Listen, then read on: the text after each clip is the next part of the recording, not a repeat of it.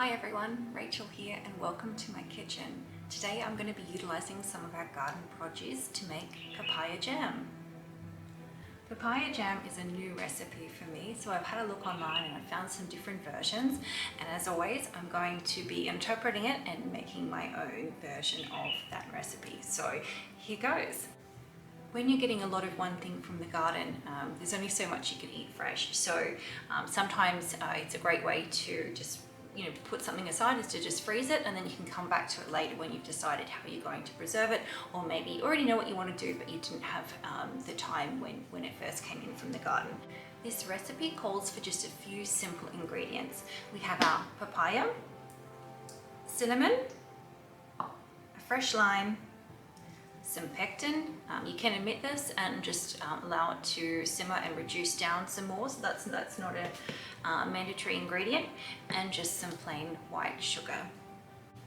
Our first step is to put our papaya into the food processor and just give it a bit of a whiz to break up some of those pieces.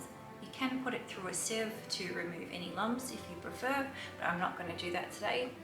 We're also then going to put it into our pot and add the sugar, start to reduce it down, and then we'll add our other flavorings including the pectin and allow it to reduce some more, and then we're going to put it into some sterilized jars.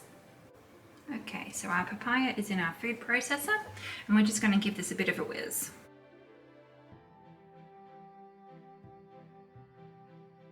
I've processed this for about 30 seconds. I want to leave some small lumps. It'll continue to break down when we cook it. You can see here I've got about 5 or so cups of papaya pulp. Next I'm going to transfer the papaya into our saucepan. You can see there's still some lumps in there.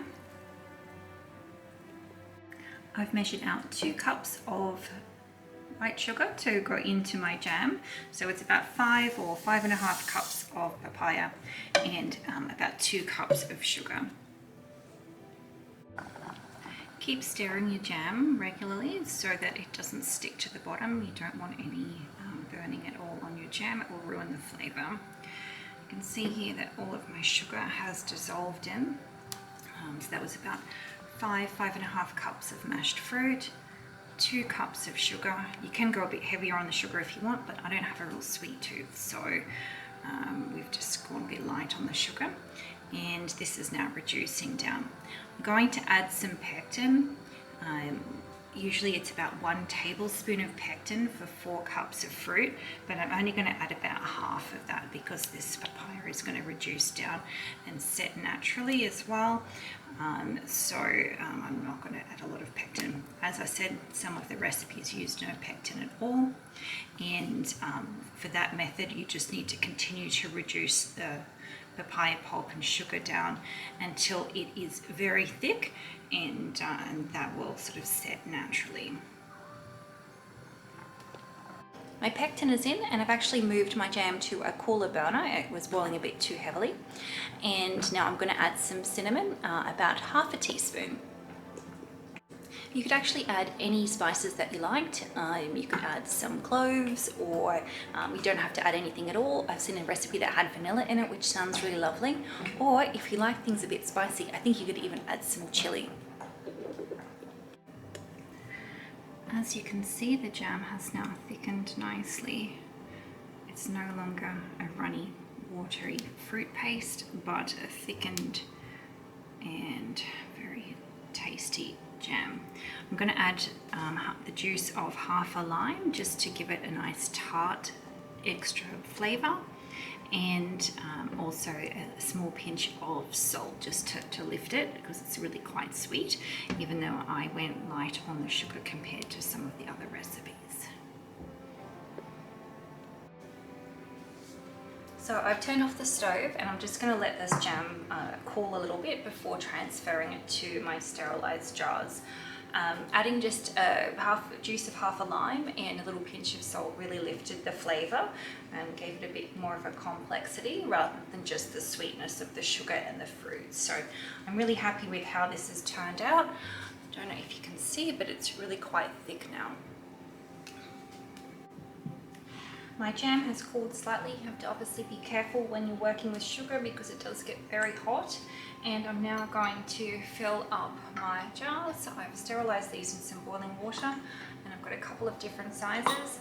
Once they're filled up, we've got these rubber rings to help seal them and pop them into the fridge. Once this goes into the fridge, the jam will of course continue to set. So my jam is finished. Such a pretty color. It's a bit darker orange because of cooking it down, but also the cinnamon. So depending on what spices you put in, it may change the color a little bit. But I'm so happy with this, how this turned out. I've got one large jar and I've actually got 4 small jars. So really, really excited with this recipe. I'll definitely be doing this one again. It tastes really nice. Can't wait to have a piece of toast and put some of this on here. I think this will be really nice also like in sandwiches, but also like with some meat, like with a savory dish, something similar to what you would do with, like, you know, turkey and cranberry. So really, really happy with how this has turned out. I think this is a great way to use up some of the papaya from the garden, and I think this one will become a regular in our garden and in our kitchen. Thanks so much for watching, and until next time, happy gardening.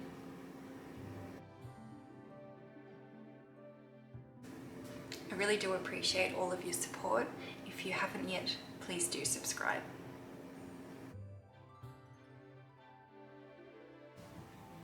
Hi guys, it's the next day and we decided to do a taste test for the papaya jam. As you can see, I've got a special guest with me today. I'd like to introduce my lovely husband Simon, and he's going to help out by eating some of our jam. We've got we've got some organic sourdough bread, we've got some organic butter, and let's make some toast. Okay, we've made our toast, and here goes the taste test. Cool, looking forward to it. Cheers. Cheers.